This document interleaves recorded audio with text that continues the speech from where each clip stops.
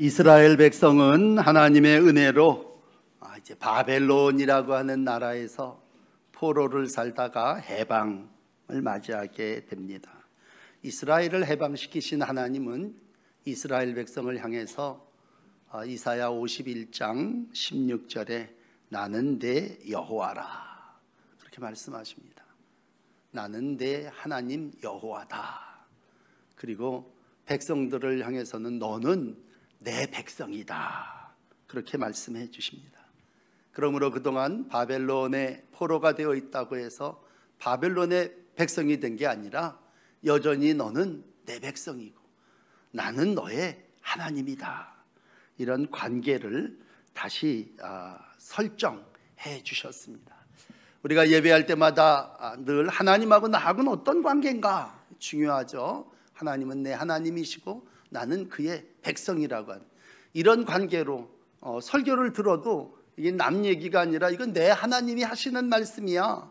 또 나는 그 하나님의 백성이기 때문에 나는 말을 듣고 이렇게 행해야 돼 라고 할 때 그 말씀에 능력이 있는 것이죠.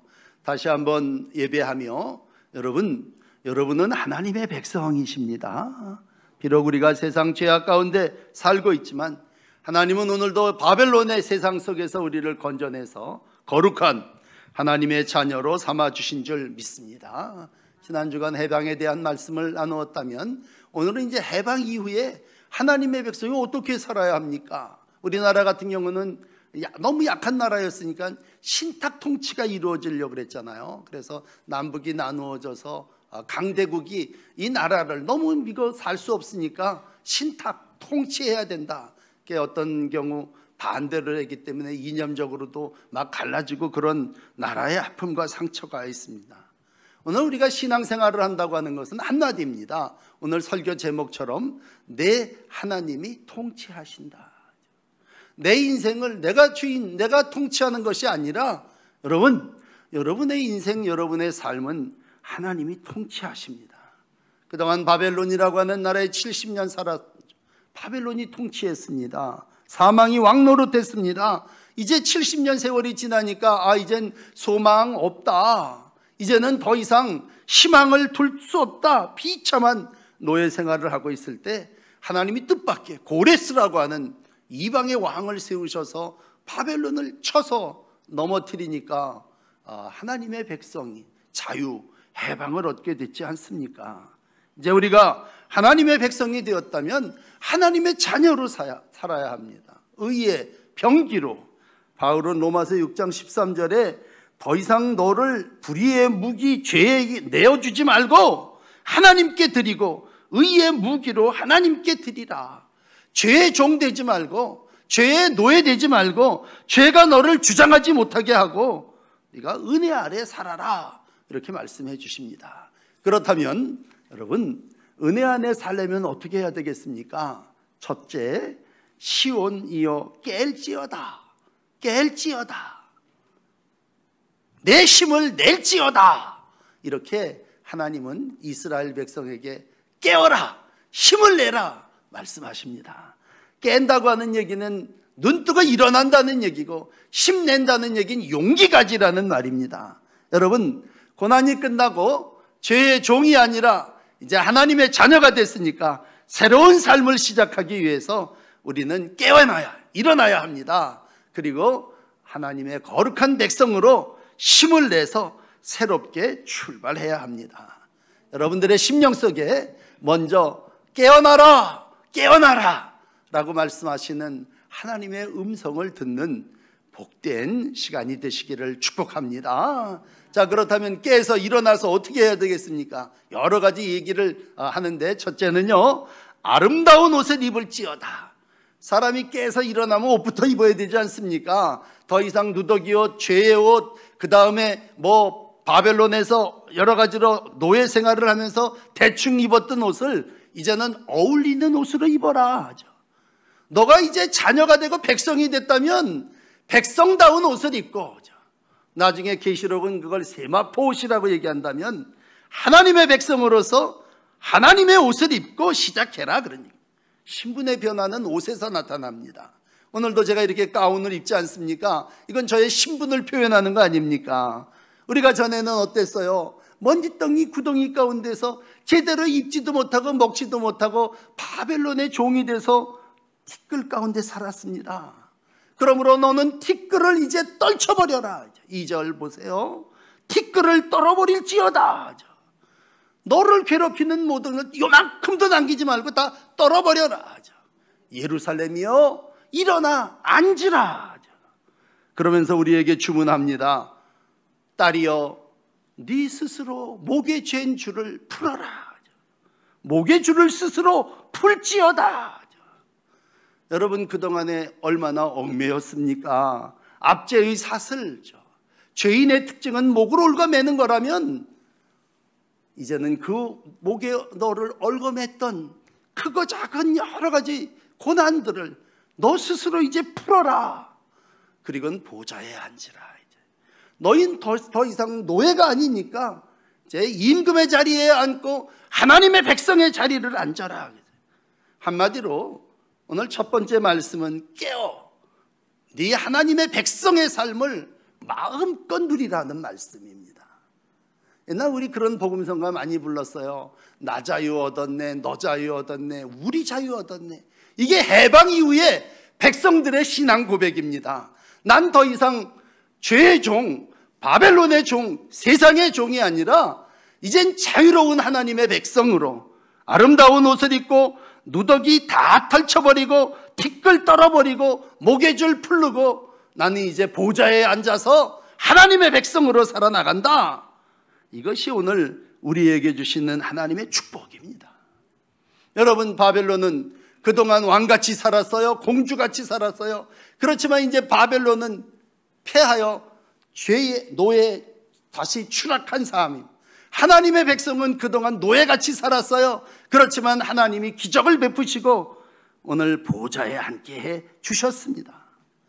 그러므로 여러분 하나님이 통치하시는 백성은 깨어나야 합니다.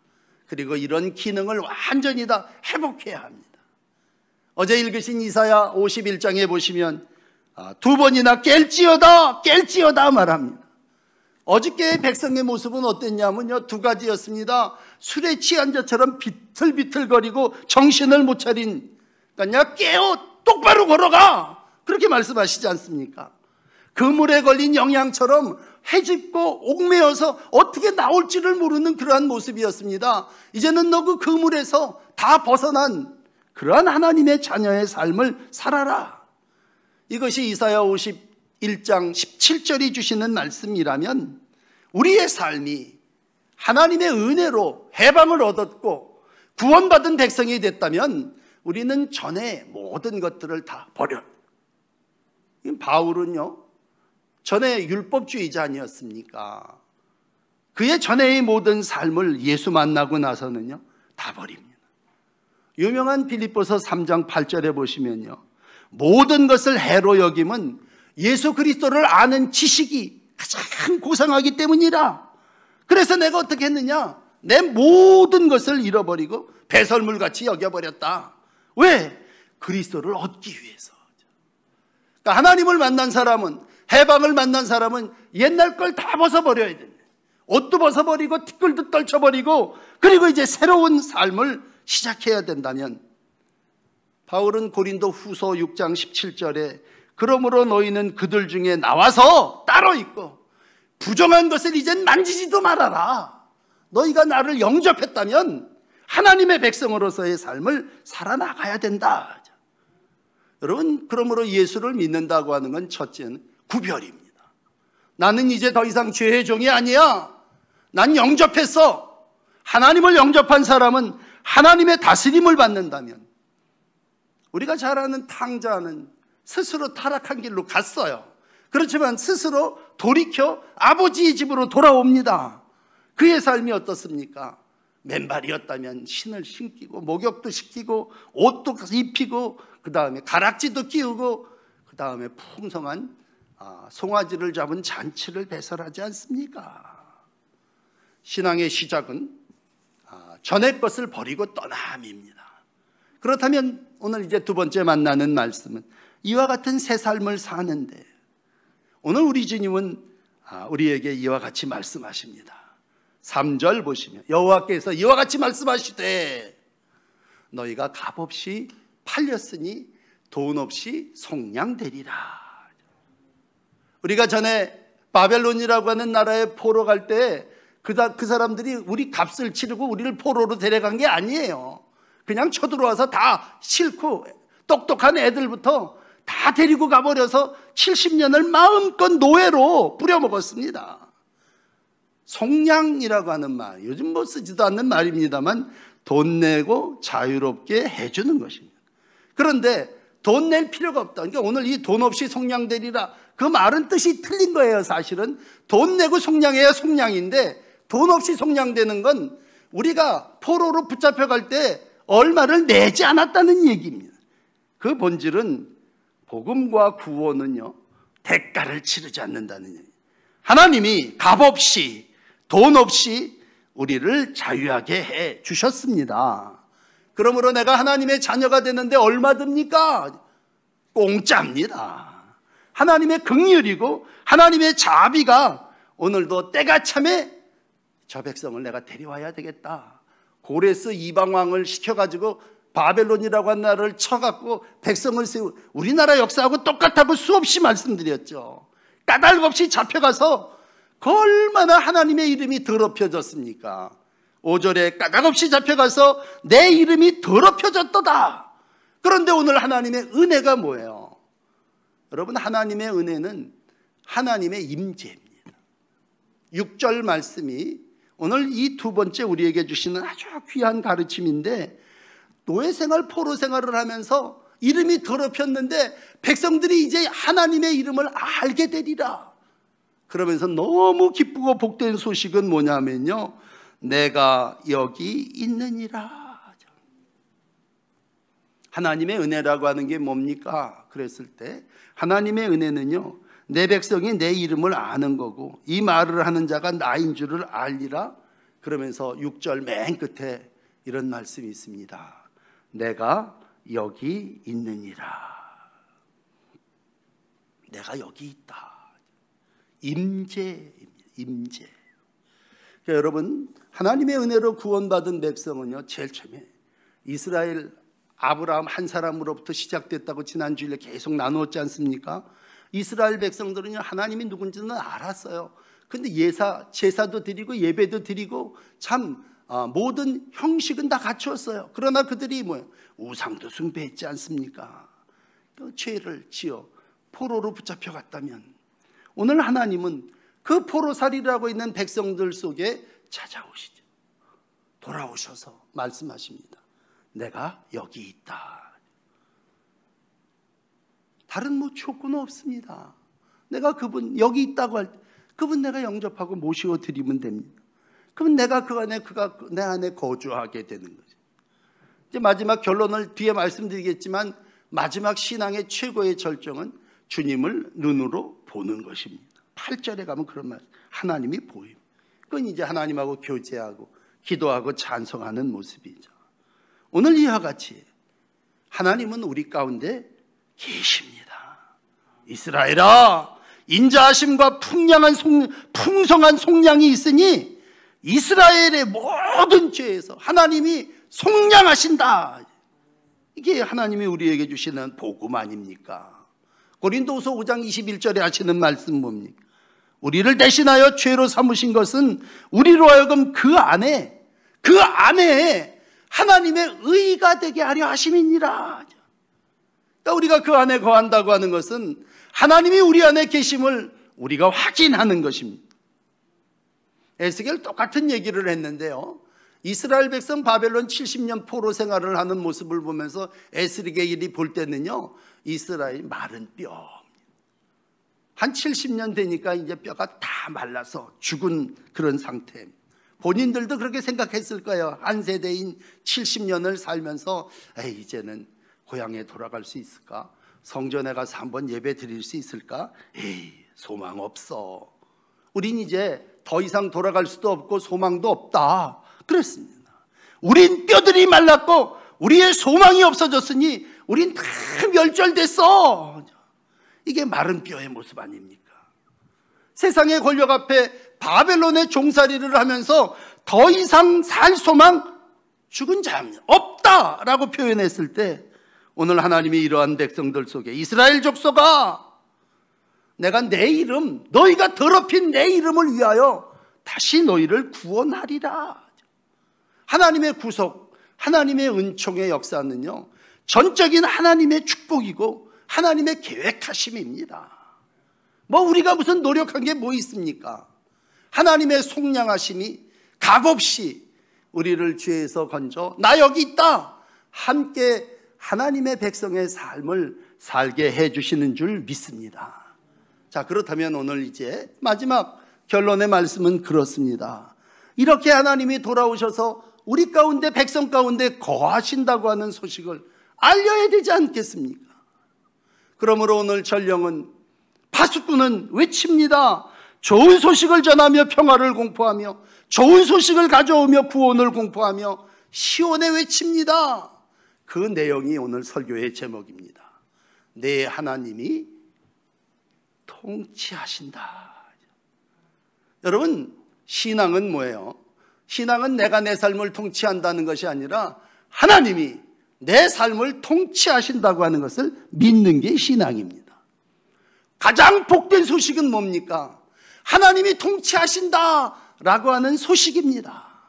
그동안에 바벨론이 통치했어요. 고레스가 쳐서 이겼으니까 이번에는 우리가 이제 고레스라고 하는 사람의 종으로 팔려가나 보다. 그러지만 아니죠. 고레스가 싸움은 했지만 이방왕 고레스는요, 하나님의 백성에게 자유를 줬습니다. 너희들 마음대로 가서 성전 짓고 너희들 하고 싶은 대로 다 해라. 이건 뭐예요? 고레스가 통치하는 겁니까? 하나님이 고레스를 통해서 통치하신다고 하는. 고레스가 이겼으니 바벨론의 종에서 고레스의 종으로 바뀌어지는 것이 아니라 오늘 전령의 소식은 내 하나님이 통치하신다라는 것입니다. 여러분, 오늘 수많은 세상의 소식도 듣고 또 우리가 설교도 듣습니다만, 복음 중에 복음은 여호와께서 통치하신다는 것입니다. 여러분은 어떤 형편 가운데 있습니까? 뭐 어떤 분은 진짜 목이 조여가는 분들도 계실 거고, 어떤 분들은 티끌을, 그 쬐끄만 그걸 버리지 못해서 수십 년을 거기다 그냥 길을 쓰고 사는 분들도 있는데, 오늘 그러한 이들에게 다 싸잡아서 하나님이 우리에게 주시는 말씀, 야! 너 이제 하나님이 통치하신다. 하나님이 너를 다스리시고 하나님이 지배하신다고 할 때, 여러분, 우리가 이제 계속 만나오는 야곱의 하나님, 어떤 하나님? 야곱이라고 하는 놈은 지가 통치하려고 발뒤꿈치를 붙잡고 나오는 인생으로 시작해서 결혼하고 재산 모으고 악작 아동바동 살았지 않습니까? 그러나 마지막에 야복강에서 환도뼈가 부러져 버리면서 하나님이 천사와 씨름하는 과정을 거치면서 야곱을, 야, 너 이상 야곱으로 하지 말아라. 너 꾀가 통치하며 네가 너를 지배하는 인생이 아니라 내가 너를 이제 통치하리라. 새 이름을 주셨는데 그 이름이 뭡니까? 이스라엘이죠. 이스라엘이라고 하는 이름의 뜻은 하나님께서 다스리신다라는 말씀입니다. 그동안에는 네가 너의 삶의 주인이었는데 이제는 내가 너를 통치하리라. 그리고는 아침에 분이엘 하나님의 얼굴을 봅니다. 옛날 사람들은 하나님의 얼굴 보면 죽는 줄 알았어요. 그렇지만 이제 하나님의 얼굴을 보며 새로운 삶을 살아나갑니다. 오늘 하나님이 통치하신다. 그런 오늘 본문의 마지막 8절은 뭡니까? 여호와께서 돌아오셔서 시온 백성들이 여호와의 눈을 마주보게 됩니다. 여러분, 신앙의 절정은 영접하는 게 시작이라면요, 하나님이 함께 하신다고 하는 임마누엘 교제가 있다면 오늘 마지막은요, 눈이 하나님의 얼굴을 마주보는 것입니다. 8절 한번 비춰보세요. 시온 백성들은 여호와의 눈을 마주보게 된다. 춤추면서 그냥 소리를 높이고 일제히 노래합니다. 여호와께서 시온으로 돌아오실 때에 우리가 시온 백성들이 여호와의 눈을 마주보리로다.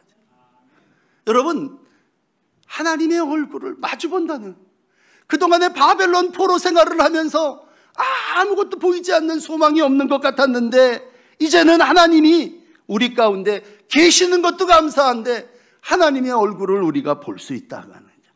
여호와의 눈을 마주 본다고 하는 거죠. 눈이 맞게 되고 함께 삶을 이루어가게 된다고. 10절 내려가서 보시면요, 거룩한 팔이 나타나셨으므로 땅끝까지 우리 모두 하나님의 구원을 보는도다. 하나님의 구원을 본다고 하는 건 그동안 말로 들었던 하나님의 역사를 이제는 눈으로 본다고 할 때, 하나님이 시온에 돌아오셔서 온 이스라엘 백성, 시온 땅의 백성들에게 볼 수 있도록 보여주신다고 할 때, 시편도 98편 3절에 그런 말을 해요. 여호와께서 구원을 알게 하시고 공의를 문나라 목전에 나타내실 때에 여호와의 집에 베푸신 그 하나님이 땅끝까지 이르는 모든 백성이, 야, 우리가 하나님을 명백히 보았도다, 하나님의 구원을 내가 봤어, 이렇게 되는 거죠. 시편 146편 10절은 말합니다. 시온아, 여호와는 영원히 다스리고 내 하나님은 대대로 통치하신다. 할렐루야. 이게 구원받은 백성들의 찬송입니다. 이스라엘 백성에게 하나님이 복을 주신다면 바벨론이라고 하는 나라에서 해방시켜 주신 복이죠. 내가 죄에서 건짐을 받았다면 이제 하나님이 거기 계시고 내가 내 눈으로 그 하나님을 보는 복이죠. 여러분, 그래도 백성들이 믿지 않지 않습니까? 마지막 복음의 절정이 뭡니까? 복음의 완성이 뭡니까? 땅에 하나님이 내려오신 거 아닙니까? 우리는 그걸 성탄이라고 얘기하고, 하나님이 통치하시는 나라는 하나님이 인간이 돼서 이 땅에 내려오신 거예요. 그게 예수 그리스도 아닙니까? 인류 최고의 날은 통치를 하기 위해서 육신의 몸을 입고 이 땅에 동정녀의 몸에 나신 겁니다. 오셔서 혼돈을 다스리시고 백성을 세우시고 구원의 역사를 이루신다면, 성탄은 누가복음 2장 10절은 천사가 무서워 말하라, 온 백성에게 미칠 큰 기쁨의 좋은 소식을 너희에게 전하노라. 다윗의 동네에 너희를 위하여 구주가 나셨으니 그리스도 예수시라. 예수께서 통치하시기 위해서, 다스리시기 위해서 이 땅에 오신 거고, 그분의 통치 방법은 십자가에 못 박혀 죽으심이었죠. 자기가 죽으심으로 온 백성이 죄에서 구원받게 하시고, 부활하심으로 온 백성이 이 땅에서 다시 사는 영생의 길을 보여주셨습니다. 오늘도 이 복음을 들은 바울은 로마서 10장 13절에 이사야 52장을 그대로 인용하면서, 바울은 참 공부 많이 하고 똑똑한 사람입니다. 그래서 이사야의 말을 그대로, 누구든지 주의 이름을 부르는 자는 구원을 받으리라. 보내심을 받지 아니하였으면 어찌 전파하리요. 기록된 바 이사야 52장의 말씀처럼 아름답도다. 좋은 소식을 전하는 자의 발이요 함과 같으니라. 여러분, 통치의 마지막은 하나님의 나라의 완성인데, 그 하나님의 나라의 완성을 이야기하는 요한계시록 19장 6절은 큰 우레소리가 나면서 하나님이 외칩니다. 할렐루야. 우리 주 하나님 곧 전능하신 이가 통치하시도다. 하나님의 나라의 완성은요, 하나님이 통치하시는 것입니다. 그럼 백성들은 뭐합니까? 다음 절에 보니까 세마포 옷 입고 어린 양의 혼인잔치에 가갖고 청함을 받아서 거기 참여하는 자 복이 있도다. 거기 더러운 옷 입고 갈 수 있습니까? 바벨론의 죄의 옷 입고 갈 수 있습니까? 새로운 옷을 입고 어울리는 옷을 입고 어린 양의 혼인잔치에 세마포 입고 청함 받은 자는 복이 있도다. 자, 계시록까지 오늘 말씀을 마감하며, 오늘 우리가 이 땅을 살아나가면서 여러분 꼭 필요한 것은 내 삶을 하나님께서 통치하신다고 하는 것을 믿는 것입니다. 이거 여러분들이 영원히 붙들어야 될 진리입니다. 여러분, 하나님은 오늘도 부단히 우리를 사랑하셔서 우리 가운데 계시고 우리 가운데 보이시며 우리의 삶을 통치하시기를 원하십니다. 이스라엘 백성 옛날 정리를 해드리면 처음 출애굽 역사를 애굽에서 나온 황급하게 하고 중간에도 이사야도 썼습니다만 황급하게 도망치면서 나왔습니다. 근데 그때는 어떻게 나왔는지 아십니까? 금부치도 가지고 나왔어요. 그걸 가지고서는 애굽 사람 흉내내면서 우상도 만들고 얼마 가지 않아서 어이구 되돌아가자. 그래서 애굽으로 되돌아가려고 했어요. 출애굽의 역사는 완벽하지 못했어요. 근데 이번에 바벨론이죠. 바벨론에서 나올 때는요, 오늘 8절까지 읽었습니다만 여러분 오늘 52장을 읽는 날이니까 돌아가셔서 쭉 읽어보세요. 11절에 보시면요, 떠날지어다 떠날지어다 부정한 거 만지지 말고 이렇게 거룩하게 나와라. 근데 서둘러 나오지 말라는 거예요. 옷 다 갈아입고 다 일어나갖고 제대로 아름다운 옷을 입고 티끌 다 털어버리고 압제의 삿을 다 스스로 끊어버리고 나 여기 있다 하신 그분과 함께 오늘 하나님의 통치하신다 외치면서 천천히 나오라는 거예요. 이 세상을 다스리는 분이 하나님이시니 더 이상 애굽같이 쫓아올 일도 없어요. 바벨론은 완전히 고레스에서 멸망당했으니까 뭐 서두를 게 뭐 있습니까? 완벽한 구원을 하나님은 오늘 내가 너 가운데 통치하신다는 얘기예요. 우리나라의 역사를 보면서 참 감사한 건 우리 전쟁이 해방 이후에 신탁 통치 뭐 그런 얘기들도 어르신들 기억하겠습니다만 해방 이후에 우리가 제일 힘들었던 건 6.25 전쟁 아니었습니까? 6.25 전쟁이 일어나면서 참 많은 분들이 돌아가시기도 하고 또 전쟁의 아픈 상처를 갖기도 했습니다만 이 전쟁을 통해서 우리나라 뭐 어떤 그래 보니까 한 500만 정도 되는 사람이 이북에서 이남으로 특별히 많은 분들이 여기 부산으로 피난 나왔지 않습니까? 이북이 훨씬 더 잘 살았습니다. 거기 2층 짓고 아주 전기 들어온 그런 동네에서 살던 사람들이 그 많은 걸 다 벗어버리고 던져버리고 그리고 떠났습니다. 그러면 땅 버리고 집 버리고 떠난 사람 다 죽었느냐? 지금 그 사람들이 다 교회 세우고 부를 이루며 하나님의 복을 누리게 됐습니다. 많은 분들이 다 교인들이었습니다. 그렇다면 아마 상상해 봅니다. 아유, 내가 여기를 어떻게 떠나? 이 바벨론 이제 70년 겨우 터 잡고 자리 잡고 이젠 살만한데 안 떠난 사람은 지금도 우상 숭배하고 동상 숭배하고 김일성 체제에 있을 거 아닙니까? 큰 신상에게 절하고 있을 거 아니냔 말이에요. 그러니까 동상을 숭배하고 우상을 숭배하는 데서 이제 너 다 떨쳐버리고 일어나서 이제 나와라. 내가 여기 있다. 내가 다스린다. 이게 오늘 우리에게 주시는 복음입니다. 다니엘 시대에 보면요, 느부갓네살이라고 하는 왕이 꼭 이북의 왕 같은 똑같은 왕이 하나 있었어요. 그게 다니엘 4장 25절에 보면요, 그 사람 자기가 세상을 다스린다고 생각했어요. 그리고 모든 통치를 거역하는 사람에게 호되고 못되게 했어요. 그게 다니엘이 예언하지 않습니까? 다니엘 4장 25절에 보시면 너 쫓겨가 들짐승처럼 살게 될 거다. 너 소처럼 풀을 뜯으면서 수년 동안 방황하고 살게 될 거야. 자기 스스로가 통치하고 자기가 다스린다고 하는 자에 대한 하나님의 심판과 저주였습니다. 오늘도 우리가 외쳐야 될 한마디는 이겁니다. 내 하나님이 통치하신다. 여러분들이 어디로 발걸음을 옮기든지 우리가 입을 열어 하나님의 복음을 전도한다고 하는 것은 인생, 내가 통치하는 것, 힘이 통치하고 우상이 통치하고 동상이 통치하는 것이 아니라 하나님이 통치하신다는 것. 이 복음을 들으시고 이 복음을 전하시며 살아나가시는 평화의 사람들이 되시기를 축복합니다. 기도하십시다. 오늘도 구원과 회복의 복된 소식을 들었습니다.